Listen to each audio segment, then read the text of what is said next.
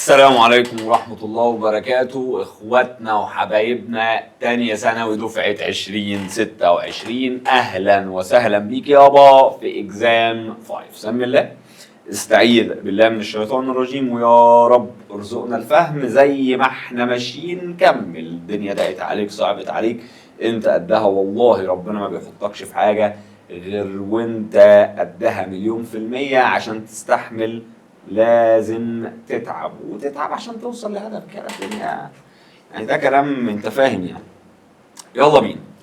سم الله، استعيذ بالله من الشيطان الرجيم، ويا رب ارزقنا الفهم. تعالى بقى نبص على اول سؤال. بيقول لي عندي سلندريكال كونتينر، مليت نصه بليكويد، الدنست بتاعته دنست، وقال لي مليته كله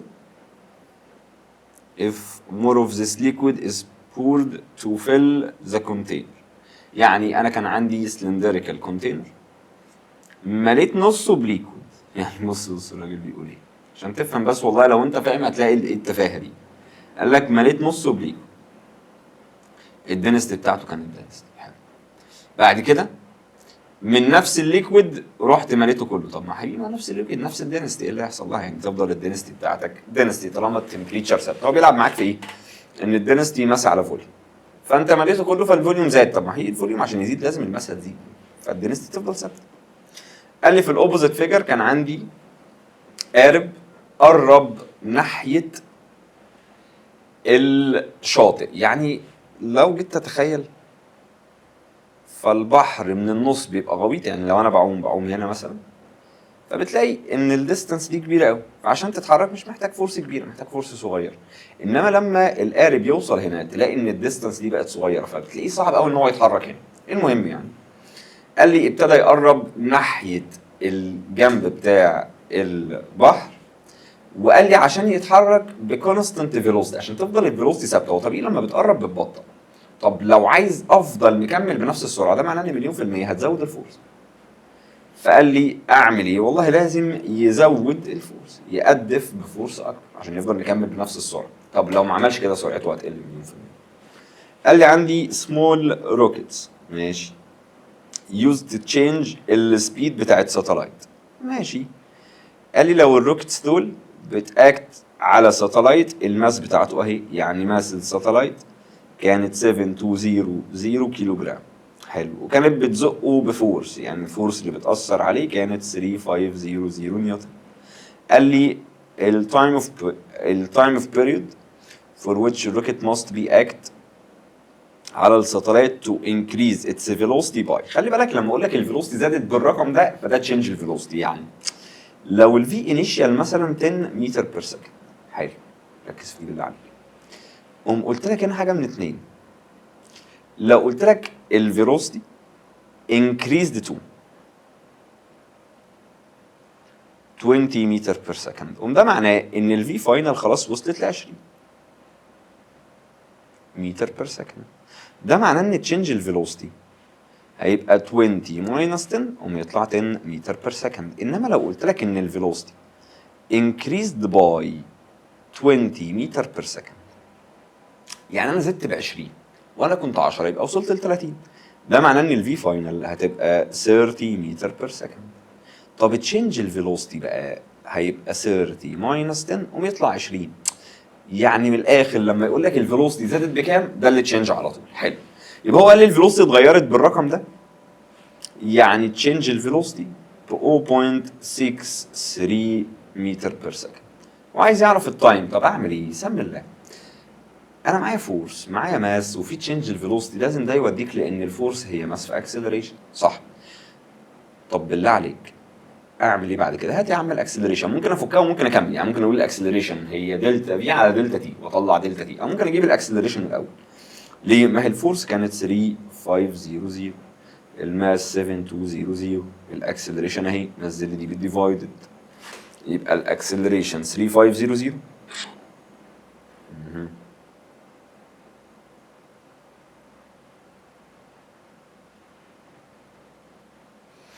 divided 7200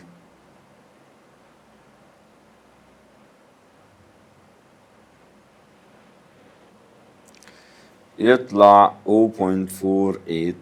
طب ما الاكسلريشن دي هي تشينج الفيلوسيتي على التايم، طب ما تشينج الفيلوسيتي 0.63 اوفر تشينج التايم، بدل دي مكان دي، يبقى 0.63 ديفايدد الانسر يطلع 1.296 سكند. حلو السؤال. لا نيوتن سكند لو يعني عشان ما نحرقش كتير. ايه اللي بعده يا معلم؟ بسم الله. قال لي الاوبوزيت جراف ريبريزنت ذا ريليشن بتوين البريشر بتاع اماونت اوف جاز، يعني الجاز ثابت، والدنستي at two constant temperature، يعني في temperature بتاعت 1 ثابته، temperature بتاعت 2 ثابته، الاثنين ثابتين، ما عنديش مشكله. عايز اعرف انهي temperature اعلى. طب افكر بقى في ايه؟ ممكن افكر واقول لك مثلا السلوب كفيزيكس وكماثيماتكس هتبقى رخمه شويه، بس تعال. السلوب هو واي على اكس، يعني بريشر على دنستي. طب اجيبها منين؟ تعال افكرك. مش انا كنت بقول يا ولا ان البريشر في الفي على التمبريتشر ده كان حاجه اسمها كونستانت؟ طب انا عايز ادخل مين؟ انا عايز ادخل الدنستي. طب اعمل ايه؟ ما هو الفوليوم ده هو ماس على دنستي، صح؟ طب بما يرضي الله الماس كده كده ثابت والكونستانت ده ثابت، ما عنديش مشكله. لما اجي هنا كده، انت عايز مين؟ البريشر على الدنستي. تعرف تودي دي هنا؟ يبقى من حق اقول لو انا هسيبها زي ما هي، البريشر 1 في الماس على الدنستي ايكوال، اسف على على الدنستي ايكوال الدنستي في الار. حلو، ما هو ده ثابت والار ثابت، يبقى الدنستي او البريشر على ايه اللي انا عملته ده؟ تعالى تاني تاني تاني تاني تاني من الاول، معلش انا اسف. يلا بينا. انا كنت عارف ان البريشر في الفوليوم على التمبريتشر ايكوال كونستنت. حلو، عايز ادخل الدنستي، شلت الفوليوم حطيت مكانه ماس على دنستي. حلو، خلي التمبريتشر لوحدها، يعني ودي لي ده الناحيه التانيه، يبقى البريشر في الماس اوفر الدنستي الكلام ده ايكوال التمبريتشر في ار. انا بقى كارقام ثابته، دي ثابته والماس ثابته، يبقى البريشر على الدنستي هو التمبريتشر، يبقى السلوب بيعبر عن التمبريتشر. طيب كماثيماتكس معاك انجل، يبقى انا واخد بالي ان انجل 1 اكبر من انجل 2، صح؟ يعني سلوب 1 اكبر من سلوب 2، ما ده معناه مش السلوب بيعبر عن التمبريتشر؟ يبقى تمبريتشر 1 اكبر من تمبريتشر 2. خلصت. او ممكن اعمل ايه؟ ممكن اجي هنا واقوم واقف على الاكس اكسس مثلا اهو، واطلع اخبط هنا واطلع اخبط هنا. انا كده مثبت الدنستي. حلو، دي كده بريشر 2، ده كده بريشر 1. طب بالله عليك يا اخي، البريشر والتمبريتشر مش كل ما التمبريتشر ما كانت بتزيد كان البريشر بيزيد؟ يبقى طالما بريشر 1 اكبر من بريشر 2 ده معناه ان تمبريتشر 1 اكبر من تمبريتشر 2. يبقى تمبريتشر 1 مالها هتبقى للزان، لا اسف جريتر زان، احنا طلعنا تمبريتشر 1 اكبر، يبقى تمبريتشر 1 جريتر زان تمبريتشر 2. ايه اللي بعده؟ قال لي يا معلم تو اوبن بوكسز حطيتهم نيكست تو اتش اذر. حلو، قال لي الاولاني كان كيوبويد، كان كيوبيك شيب، اللينز ب 20 سم. ماشي، ما هو الكيوب ده كل السايد لينسز قد بعض. حلو، يعني لو ده 20 فده 20 فده كمان 20، ما عنديش مشكله. قال لي والتاني كان كيوبويد. حلو، الكيوبويد ده بقى البيز دايمنشنز كانت 2040، يعني الدايمنشنز بتاعت البيز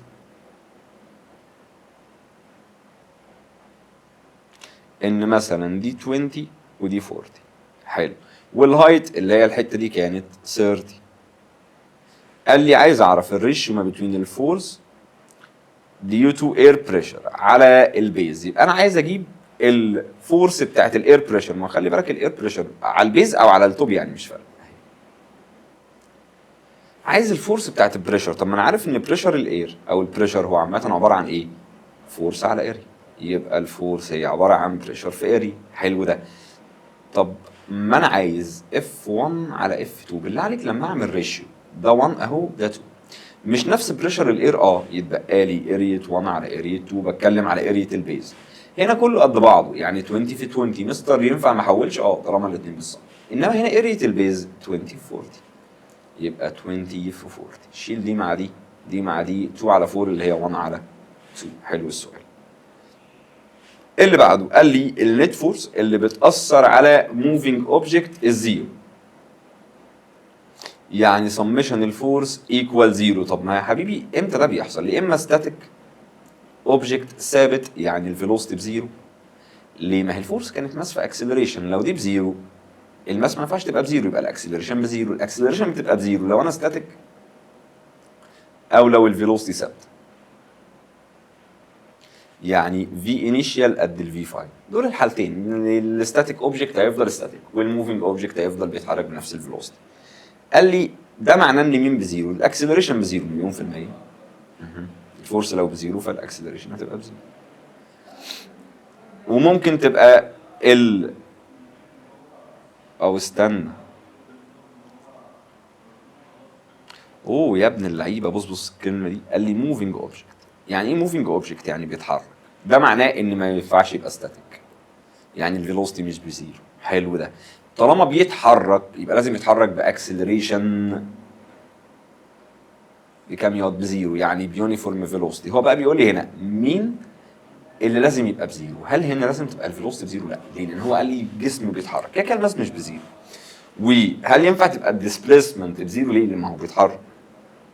طيب مين يبقى بزيرو بقى؟ طالما بيتحرك الفيلوسيتي مش بزيرو. انما مين اللي لازم يبقى بزيرو؟ والله العظيم الاكسلريشن لازم تبقى بزيرو. تاني، امتى بيبقى سمشن الفورس بزيرو؟ في حالتين، لو انا ثابت او بتحرك بفيلوسيتي ثابته. حلو. طب في فيلوسيتي ثابته يبقى الاكسلريشن بزيرو. هنا قال لي موفينج اوبجكت يبقى هو بيتحرك، ده معناه ان ما ينفعش اقول ان هو ستاتيك. اللي بعده قال لي الاوبوزيت جراف بيعبر عن التشينج بتاع الفيلوسيتي للبادي مع التايم. طيب عايز اعرف شكل الاكسلريشن. بالله عليك انا بخش على السلوب على طول، كفيزيكس وكماثيماتكس. كفيزيكس هو واي على اكس يعني فيلوسيتي على تايم يعني اكسلريشن. كماثيماتكس تعالى يا عم تنسيت، بالله عليك بص لي كده. السلوب هي الانجل ما بين الجراف والاكس اكسس. الانجل دي وعد الله ثابته، يعني بص كده، ده معناه ان السلوب ثابت. طب طالما السلوب ثابت والسلوب بيعبر عن الاكسلريشن يبقى الاكسلريشن ثابته.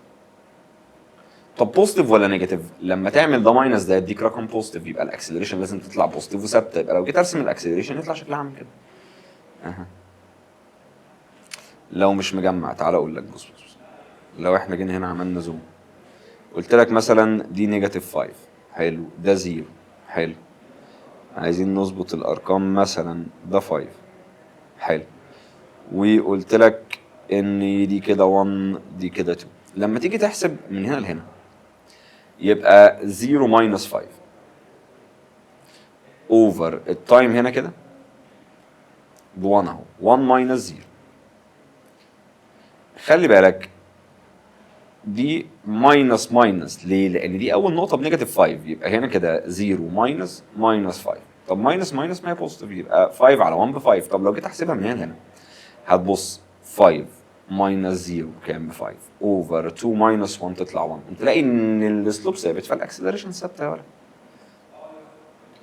اللي بعده بسم الله.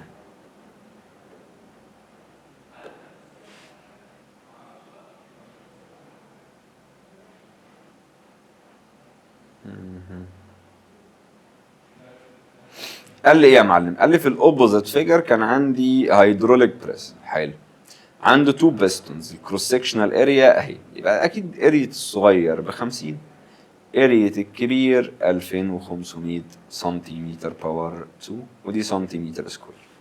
حلو، مليته باويل، الريلاتيف دنسيتي بتاعته اهي. يعني من حق اقول ان دنسيتي الاويل على طول هتبقى 850 كيلو جرام متر باور 3، بعملها تايمز 1000. قال لي لو البيج بيستون حملته، يعني الماس اللي على البيج بيستون ب 2000 كيلو جرام. حلو. قال انا عايز اعرف الماجنتيود بتاع الفورس اللي هتاثر على السمول بيستون. اول حاجه، هل الاثنين في نفس الليفل؟ لا. فبقوم عامل ايه؟ باجي هنا واقوم واخد نقطه هنا نقطه هنا، ادي 1 ادي 2. حلو ده. يبقى بريشر 1 ات بريشر 2. 1 اللي بيدوس عليها اف سمول على اريا سمول. طب 2 بيدوس عليها اف كابيتال على اي كابيتال بلس حته الليكود دي اللي هي بلس رو جي اتش. تعال نسمي الله بقى ونبص. اف الكبيره، اف الصغيره انا عايزها، اريا الصغيره بعد اذنك حول كله عشان في بلس، سنتيمتر باور 2 عشان احولها يبقى 10 باور نيجاتيف 4، يبقى 50 في 10 باور نيجاتيف 4 ايكوال الاف الكبيره انا معايا ماس، ممكن اجيب الويت. حلو، يبقى ماس في جرافيتي يعني 2000، الجرافيتي ب 10 اوفر الاريا الكبيره اللي هي 2500 بس هحولها في 10 باور نيجاتيف 4 بلس رو جي اتش. حلو، الدنستي كانت 850، الجرافيتي ب 10، الهايت بتاع حضرتك كان بكام؟ كان 5 متر اهي، حطها زي ما هي. ايه القانون الوحيد؟ هي دي. تعال نحل يابا ونشوف. بسم الله. يبقى 2000 في 10 اوفر 2500 في 10 باور نيجاتيف 4 بلس 850 في 10 في 5. الكلام ده تايمز 50 تايمز 10 باور نيجاتيف 4 يطلع 612.5 نيوتن. اللي بعده قال لي اجاز فلاسك. انا بتكلم في الجاز B1 V1 على T1 ايكوال B2 V2 على T2. قشطه يا معلم، سمي الله.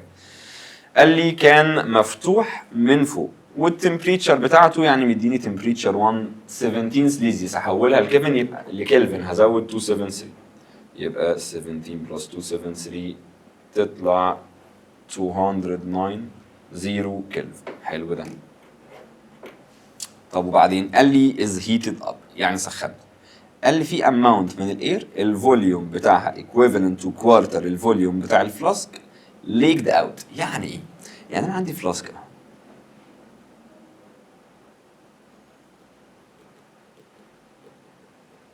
فانا عارف ان فوليوم الجاز قد فوليوم الفلاسك، سخنته يعني التمبريتشر زادت. طب لما بسخن ايه اللي بيحصل؟ الفوليوم بيزيد، بس اللعبه هنا ان ده مفتوح فابتدى يطلع حبه بره.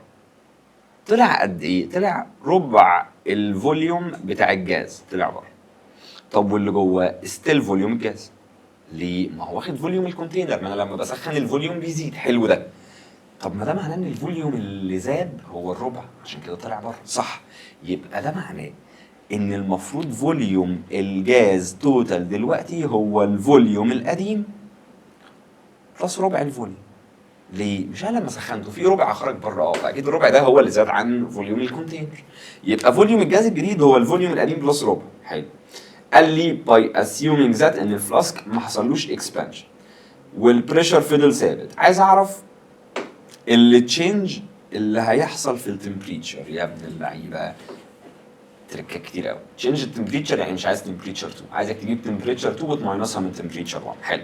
تعال نسمي اللي البريشر ثابت، فوليوم 1 ما اعرفوش بس هو كان فوليوم الجاز. تمبريتشر 1 كانت 290 ايكوال فوليوم 2 هو فوليوم الجاز القديم بلس ربع، تعمل 1 بلس 1 اوفر 4 اعتقد تطلع 5 على 4.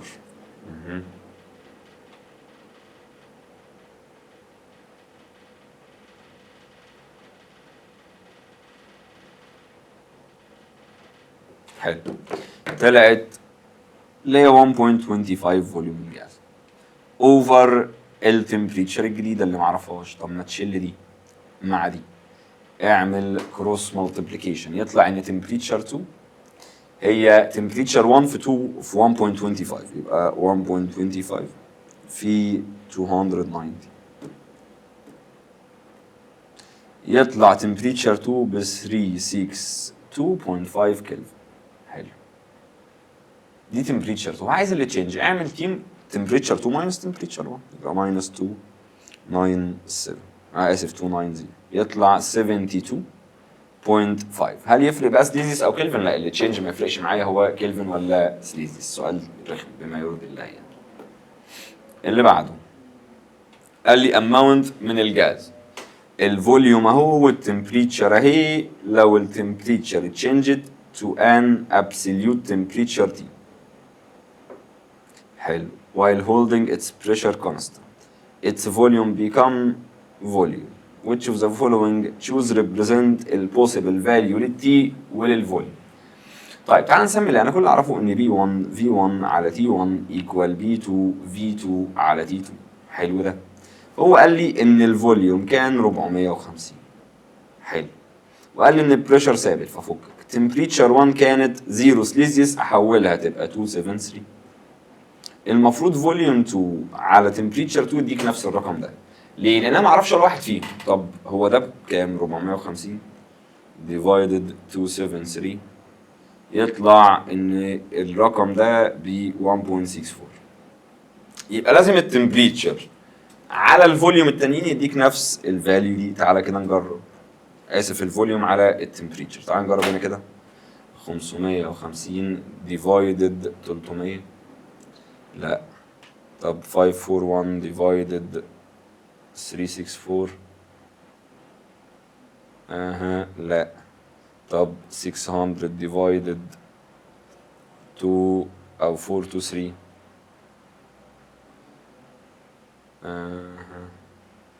لا برضه. اخر واحدة 600 divided 364 طلعت هي بالظبط. ليه؟ لان انا مش معايا ولا فوليوم 2 ولا تمبريتشر 2، بس انا عارف الريشيو ما بينهم لازم تطلع كده. اللي بعد قال لي which of the following pair quantity represent ال derived physical quantity. ايه ال derived؟ ايه مش fundamental. خلاص. الماس fundamental غلط، time fundamental غلط، distance fundamental غلط، energy و density ولا واحده فيهم fundamental. ليه؟ ما انت حافظ التسعه الفاندامنتال يا حبيبي. قال لي كار بتتحرك في ستريت لاين بفيلوسيتي ايكوال 88 كيلومتر بير اور behind a truck حلو that moves with a speed of 75 كيلومتر بير اور and at a distance 110 from it. ماشي. so ال time required للكار عشان تكاتش اب التراك. يبقى انا عندي تراك اهي وعندي كار اهي.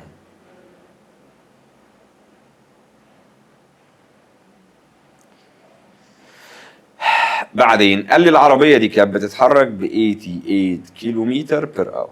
حلو. والتراك دي كانت بتتحرك بفيلوسيتي 75 كيلومتر بير اور. والديستانس ما بينهم كانت 110 متر. عايز اعرف دي هتلحق دي امتى؟ طب ما هو بالله عليك المنطق بيقول لك دي هتلحق دي عند تايم، يعني دي تتحرك لقدام ودي كمان هتتحرك لقدام، هيقابلوا بعض في حته انا ما اعرفهاش هي فين. بس اللي انا متاكده ان التايم اللي هتاخده دي عشان تقابل دي هي التايم اللي هياخده ده عشان يقابل ده. يبقى دي مثلا لو خدت ساعه عشان توصل هنا، دي كمان هتاخد ساعه عشان توصل هنا. يبقى اللي انا متاكد منه، انا عارف ان الفيلوسيتي ديستانس على تايم. انا ما اعرفش الديستانس، ما اعرفش التايم، بس من حق اقول ان التايم اللي هتاخده 1 عشان تقابل 2 هو التايم اللي هتاخده 2 عشان تقابل 1.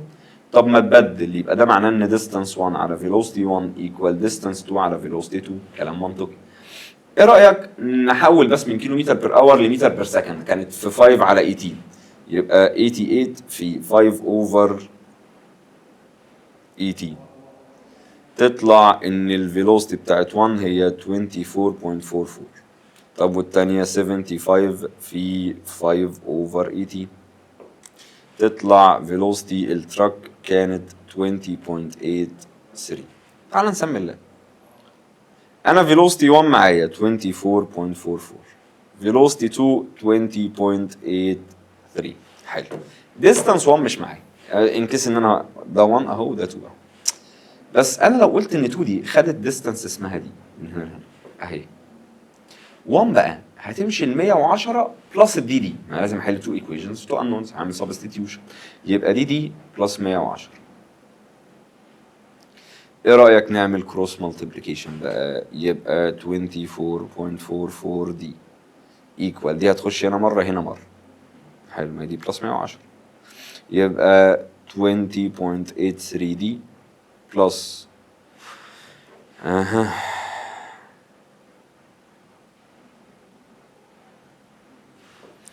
208.3. جمع لي الديات مع بعض وادي دي الناحيه الثانيه بالماينس، يبقى 24.44 ماينس 20.83 يطلع 3.61 دي ايكوال 208.3. نزل دي بالديفايدد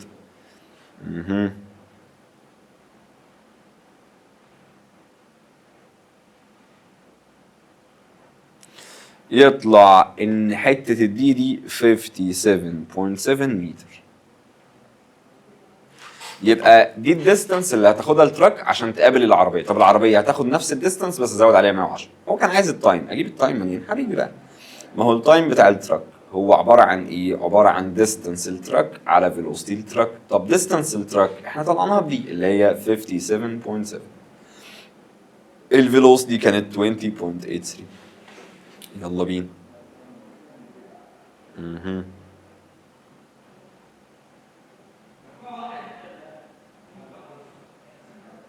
يطلع 2 بوينت، لا لا لا لا،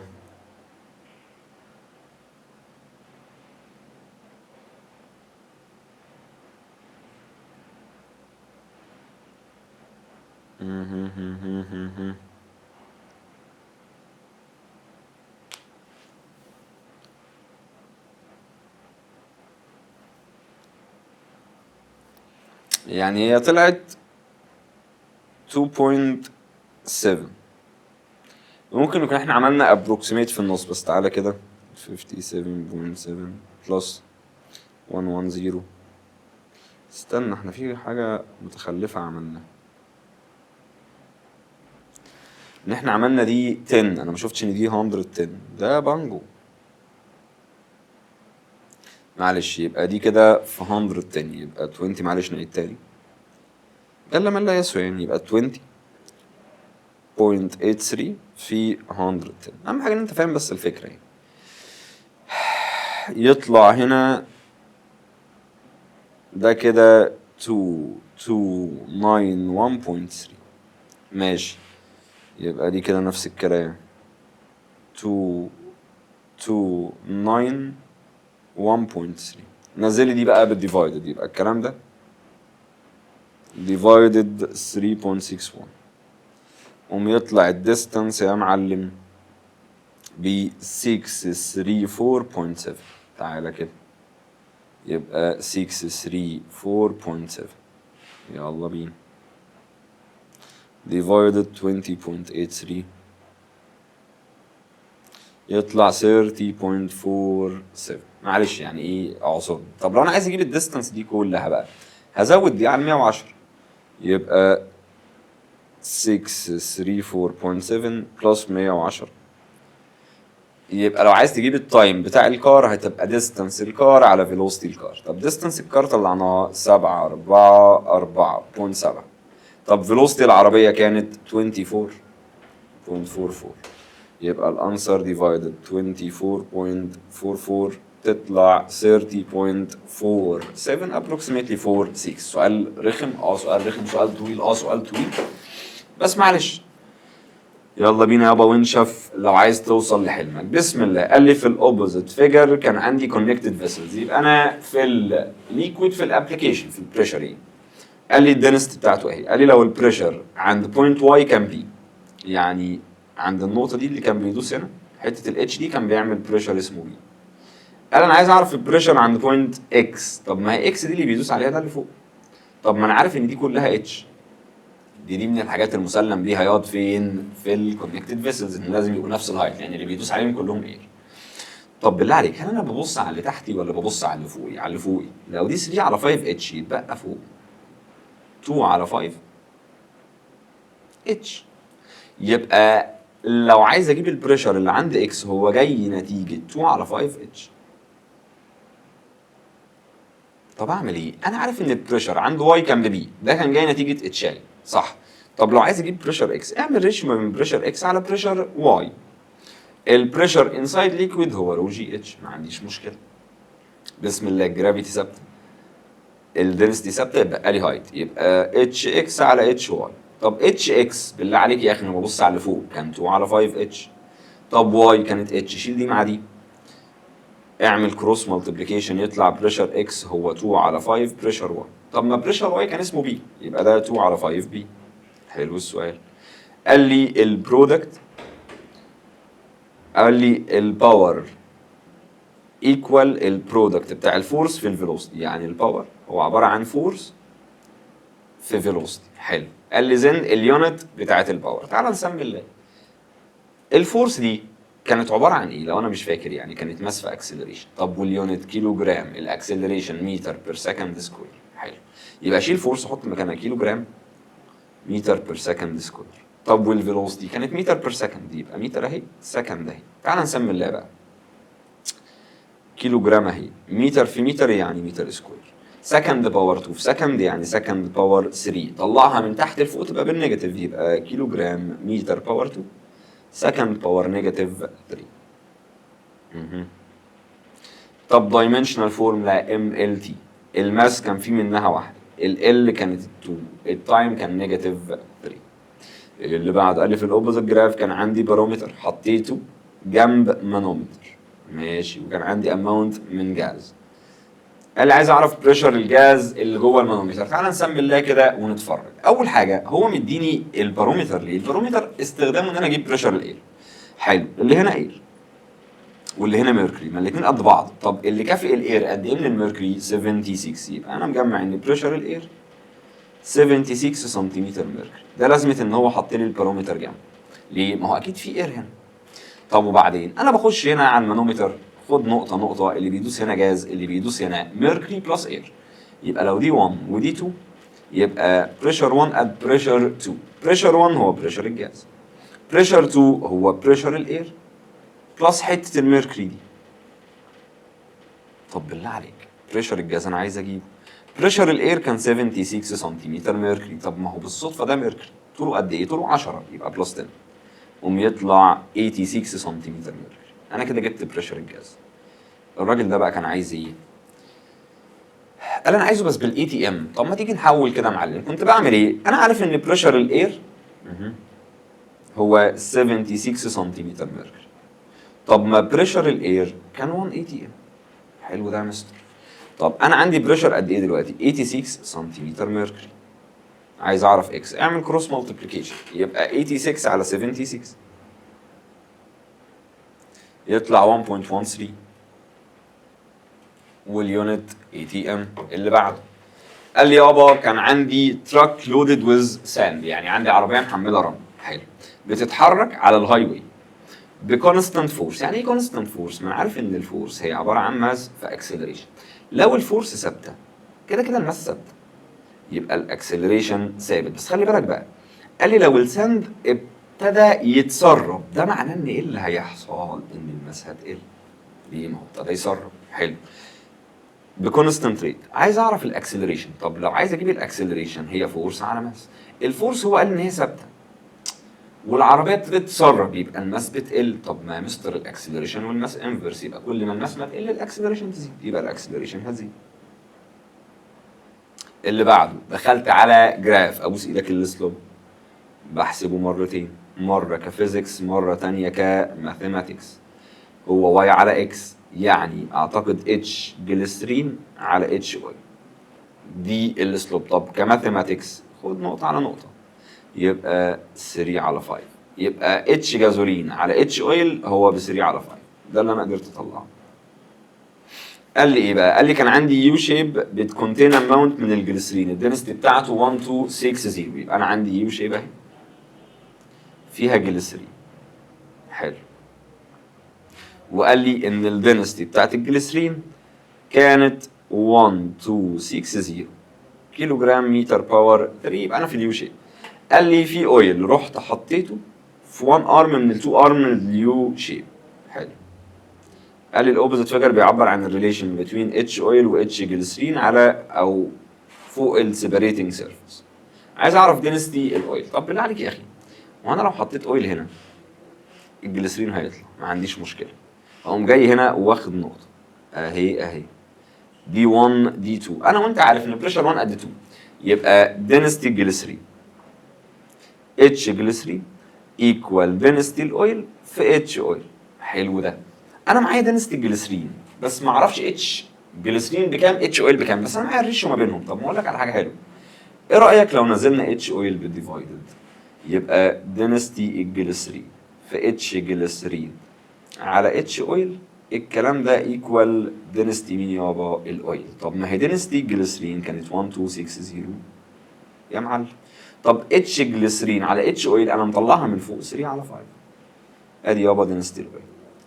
يلا بينا، يبقى 1260 في 3 على 5 يطلع 756 كيلو جرام متر باور 3. حلو ده. ادينا يابا في اللي بعده بسم الله.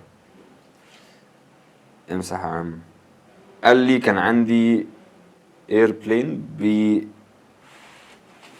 بتحلق على هايت 2700 متر فوق السي ليفل. يبقى ادي السي ليفل، عندي طياره فوق. الارتفاع بتاعها كان 2700 متر. قال لي لو البريشر انسايد البلين ايكوال للاتموسفيريك بريشر عند السي ليفل، يعني الطياره دي في البوزيشن ده البريشر جوه هو بريشر الاير عند السي ليفل، يعني 76 سنتيمتر ميركوري. حلو.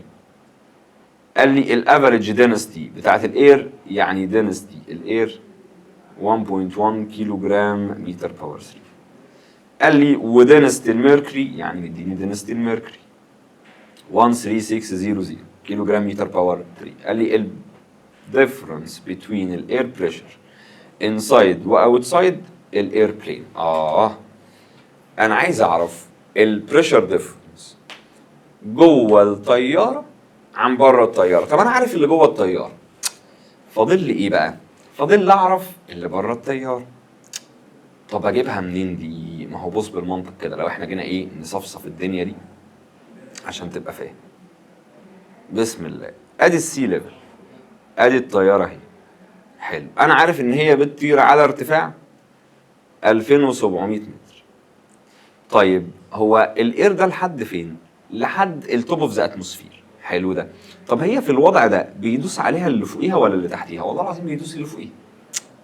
حلو. تعال نسمي الله ونفكر. انا عايز اجيب الديفرنس. هو اللي جوه مين؟ اللي جوه اير.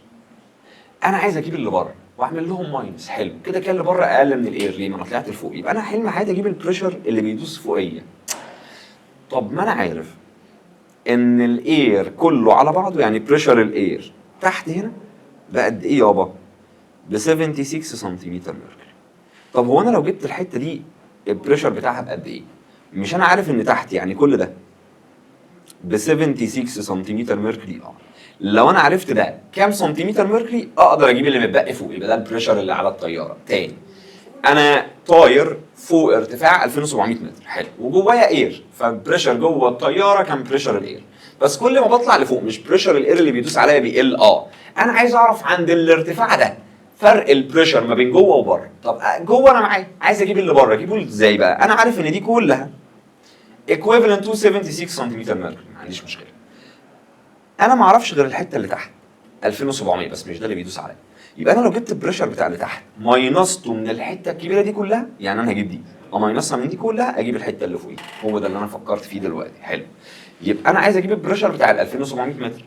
يبقى البريشر، بس اوعى تتسوح، ده اللي تحت الطياره اندر ذا بلين، هيبقى رو جي اتش بتاعت الاير. دنست الاير 1.1، الجرافيتي كانت 9.8، الارتفاع 2700.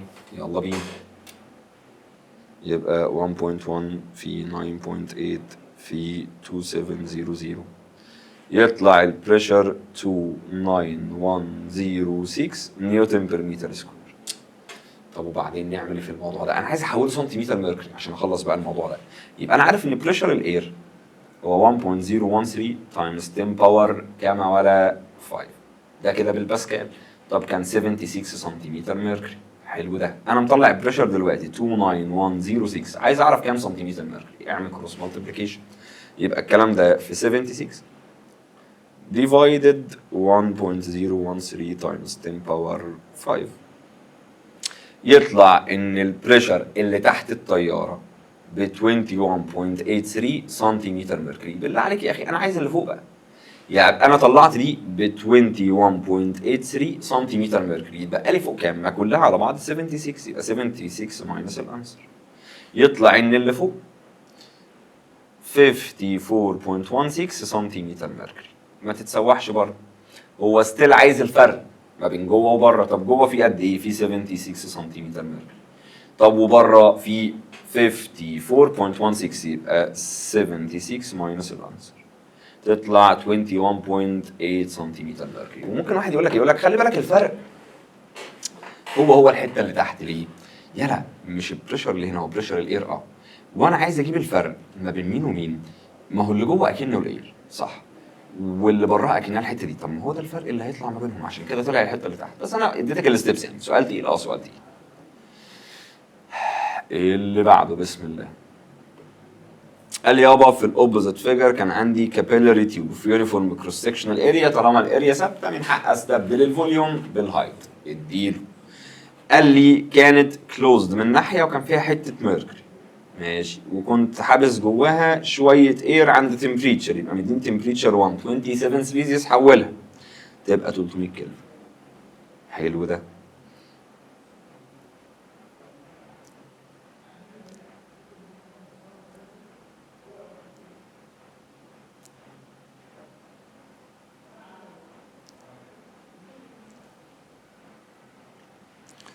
ماشي، يعني اللي انا شايفه في الوضع اللي قدامي ده ان انا معايا تمبريتشر 1، حلو، ومعايا اتش جاز اللي هي استبدلها بالفوليوم يعني كانت 2 ال. حلو. طب وبعدين؟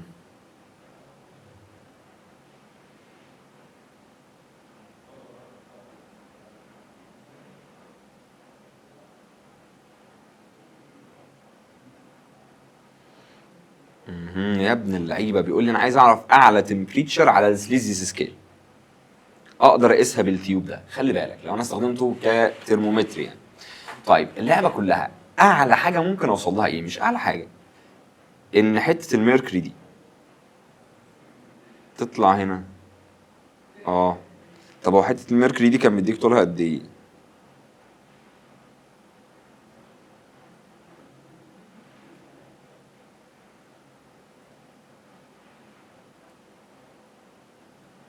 ماشي، يعني هي كده كده لما تطلع لفوق هتبقى الحته دي نزلت لتحت، يعني هيبقى ده ال وده 2 ال. يعني اعلى حاجه للجاز ممكن يوصل لها ان هو يطلع دي فوق، فيبقى ده كله موجود. طب ده كله هيبقى قد ايه؟ هيبقى 3 ال، ده اللي انا اعتقده يعني. يبقى ده معناه ان اتش جاز 2 اللي انا اخري اقدر اوصل لها، من كل ما بسخن التمبريتشر بتزيد فالفوليوم بيزيد. اتش جاز 2 اخرها توصل ل 3 ال، وعايز اعرف بقى التمبريتشر دي هتبقى بكام بس بالسيريز. يلا بينا. يبقى بي 1 في 1 على تي 1 بس بريشر ثابت، يبقى في 1 على تي 1 ايكوال في 2 على تي 2.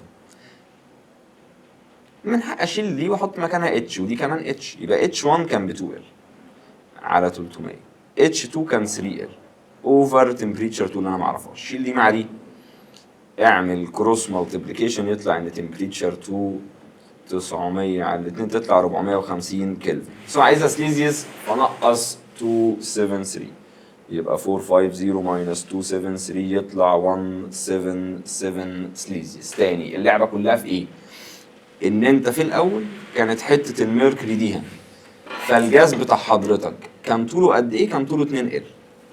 طب لما اسخن اخري ان دي توصل هنا عشان ما يبصش يعني. طب ما هي الحته دي لما تطلع لفوق فاكن دي نزلت تحت، ما هي كلها على بعض 3 ال بلس حته الميركوري. طب طالما حته الميركوري طلعت لفوق يبقى اخري ان الحته دي توصل ل 3 ال. اكتر من كده الميركوري هيطلع بره فهتبوظ، فهو عايز التمبريتشر الماكسيمم اللي ممكن اوصل لها، فانا رحت حطيت الفوليوم الماكسيمم عشان اوصل للتمبريتشر الماكسيمم. اللي بعده قال لي عندي بيكر الماس بتاعته كانت كيلو، يبقى انا عندي كونتينر الماس بتاعت الكونتينر كانت بكيلو. قال لي when it's completely filled with water، ده لما كنت ماليه كله بميه، يبقى دي ماس الكونتينر بلس الووتر. ماشي.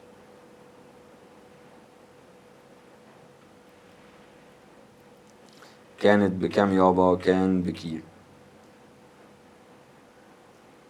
قال لي لو في سوليد اوبجكت الماس بتاعته 375 جرام حطيتها جواه، تعال نسمي الله، يبقى انا عندي كونتينر دلوقتي كان جواه ايه؟ كان جواه ميه، حلو، وكنت كومبليتلي فيلد. حطيت جواه حته سوليد اهي، الماس بتاعت السوليد دي كانت 375 جرام. ايه اللي حصل بقى؟ قال لي ان في ميه طلعت بره. ليه؟ ما هو كان مليان على اخره. طلع قد ايه من الميه؟ طلع فوليوم من الميه 40 جرام من الووتر، يعني دي الماس اللي طلعت بره. ماشي، يعني الماس بتاعت الووتر اللي طلعت بره كانت 40 جرام. دي اللي وقعت بره. طب هل الماس اللي انا حطيتها من حته السوليد قد حته الماس بتاعت الليكويد اللي طلعت بره؟ لا، بس انا لو حطيت لتر هيطلع لتر، يبقى انا مجمع ان فوليوم حته السوليد قد فوليوم الووتر اللي طلعت بره. ماشي. طب يا مستر احول ولا اشتغل كده؟ ما هو انا بالمنطق كده اللي انا حاسه ان هو يطلب مني الدنستي بتاعت الماتيريال، ما هي دنستي حته السوليد هي ماس السوليد على فوليوم السوليد. ماس السوليد كانت معايا ب 375 جرام، عايز اجيب الفوليوم بتاع السوليد. ايه رايك نشتغل بالجرام وسنتيمتر باور 3؟ حلو ده. اعمل ايه بقى؟ انا لازم استنتج حاجه من الميه. ميزه الميه ان الدنستي بتاعتها 1000 كيلو جرام متر باور 3 والدنستي بتاعتها 1 جرام سنتيمتر باور 3. يبقى انا عارف ان دنستي الميه ب 1. طب ما هي عباره عن ماس الميه على فوليوم الميه. طب ما هو طالما يد الدنستي ب 1 يبقى الفوليوم قد الماس، اعمل كروس مالتيبيكيشن. يبقى ده معناه ان الفوليوم بتاع الووتر اللي طلعت بره هو 40 سنتيمتر باور 3. ما تشربش بانجو، ما انا عارف ان فوليوم حته السوليد اللي حطيته قد فوليوم الميه اللي طلعت، يبقى ده فوليوم السوليد. قشطه. يبقى 40 سنتيمتر باور 3. يبقى هتيجي هنا وتحط لي 40، يبقى 375 divided 40 يطلع 9.37. ماشي. انا كده طلعت دينستي السوليد، بس خلي بالك انا طلعتها جرام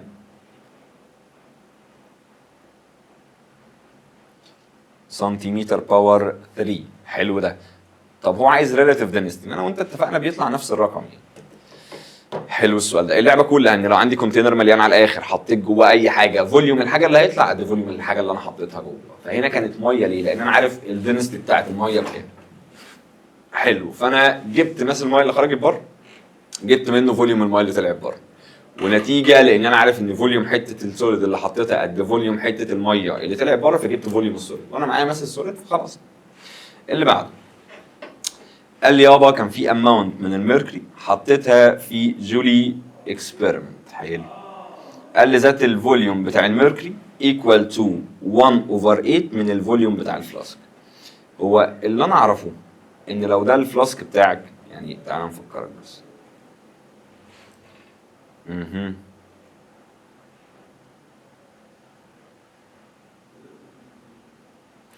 انت المفروض كنت بتحط ميركوري 1 على 7، يعني ده فوليوم الميركوري كان بيبقى 1 على 7 من فوليوم مين؟ الفلاسك.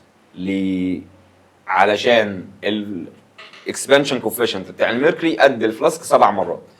طب انا لما احط 1 على 8 ده معناه ان انا حاطط كميه اكتر ولا اقل؟ ولا 1 على 7 ده تحت، لو اللي تحت زاد يبقى ده معناه ان انا حاطط كميه اقل. قشطه قشطه. يبقى انا كده عملت ايه في الميركوري؟ قللت الميركوري. ده معناه ان لما يحصل اكسبانشن الميركوري مش هيغطي الحته الفاضيه، ده معناه ان فوليوم الجاز هيبقى اكبر من الطبيعي، مش هيبقى ثابت. ماشي. قال لي زين التمبريتشر بتاعت الفلاسك زادت. عايز اعرف بقى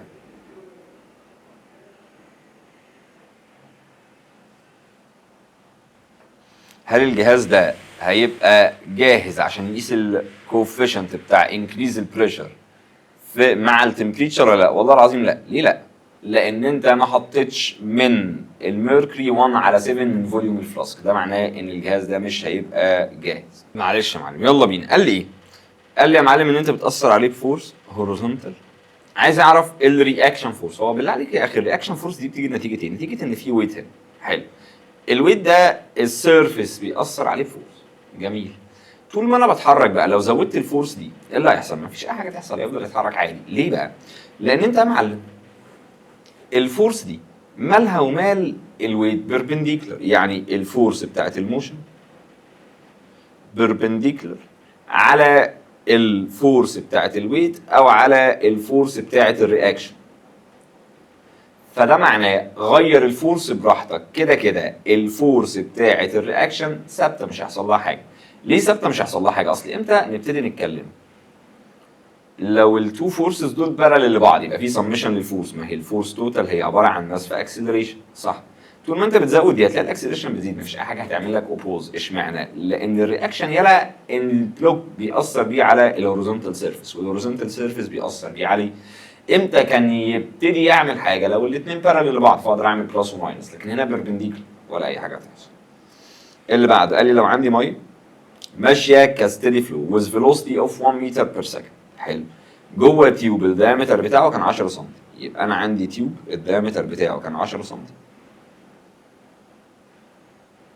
حلو، والميه كانت ماشيه بسرعه 1 متر بير سكند. حلو، بعد كده قال لي الدايمتر قل لحد ما وصل الدايمتر ل 2.5 سم. قال انا عايز اعرف الماس بتاعت الووتر اللي هتعدي كل دقيقه. حلو، طب ما انا عارف ان في حاجه اسمها ماس فلو ريت. حلو يا مستر، هي عباره عن الماس اوفر التايم. انا معايا التايم، فاضل لي عشان اجيب الماس اجيب الماس فلو ريت. طب اجيبه منين؟ انا عارف ان الماس فلو ريت هو عباره عن الدنسيتي في الفوليوم فلو ريت اللي هو اريا فيلوسيتي. ليه فكيتها؟ عشان معايا دايمتر ومعايا فيلوسيتي. طب بالله عليك هو مين اكبر، اللي هنا ولا اللي هنا؟ خلي الاثنين زي بعض. يبقى ممكن اجيب اللي هنا واقول ان هو اللي هنا مش فارقه. يبقى الماس فلو ريت الدنسيتي بتاعه الميه كانت 1000. طب والاريا يا عم انا معايا دايمتر، تعرف تجيب ريديوس نص يبقى 5 سم، حولها يبقى 5 تايمز 10 باور نيجاتيف 2. ما هي الاريا عباره عن باي ار سكوير، الريديوس هيبقى 0.05 باور 2. حلو ده. في الفيلوسيتي، الفيلوسيتي كانت بكام يا معلم؟ الفيلوسيتي كانت ب 1. خلي بالك انا كل ده بجيب الكيو ام. يلا بينا، يبقى 1000 تايمز باي، فين الباي هنا ولا اكتبها؟ اعمل 3.40 تايمز 0.05 اف الباور 2. ماشي، الكلام ده في 1 يعني خلصت. يطلع ان ده ب 7.85. الماس فلو ريت دي بقى اللي هو كيلو جرام بير سكند. يلا بينا، يبقى دي كده 7.85. طب هو عايز كل دقيقة يبقى التايم بكام ثانية؟ 60. اعمل الكلام ده في 60. يطلع ان الماس اللي هتطلع هي عبارة عن 471 كيلو جرام. ده في الدقيقة الواحدة. اللي بعده قال لي ذا فولوينج فيجر، كان عندي 3 ايدنتيكال كارز كل واحد فيهم الماس بتاعته بام، يبقى العربية دي ام دي ام دي ام. حلو، قال لي رتب لي ascending يعني تصاعدي، يعني من الصغير للكبير according to maximum acceleration. طب قال لي اول ما الاشاره تفتح. طب ما انا عارف ان الاكسلريشن هي الفورس على الماس. خلي بالك العربيه دي والعربيه دي والعربيه دي نفس الموتور، يعني الفورس ثابته. يبقى انا عارف ان الاكسلريشن انفيرسلي بروبورشنال مع الماس. طب بالمنطق مين اكبر ماس؟ سي، بعد كده بي، بعد كده اي. ليه؟ لان دي ما بتجرش حاجه، دي بتجر عربيه فاضيه، دي بتجر عربيه محمله. يبقى انا مجمع ان الماس بتاعت سي اكبر من الماس بتاعت بي اكبر من الماس بتاعت بي. طب وانا عارف ان الماس والاكسلريشن انفرس، ده معناه ان اكسلريشن A أكبر من acceleration B أكبر من acceleration C. طب هو عايزك ترتبهم تصاعدي، يعني من الصغير للكبير، يبقى C بعد كده B بعد كده إيه يا معلم. كده خلصنا الحمد لله الامتحان الخامس. كان أصعب من اللي قبله، كان أصعب من اللي قبله، بس أديك عديت على أفكار كتير. شد حيلك يا واد، أنا واثق فيك والله إن شاء الله ربنا يكرمكم، بحبكم في الله. السلام عليكم ورحمة الله وبركاته.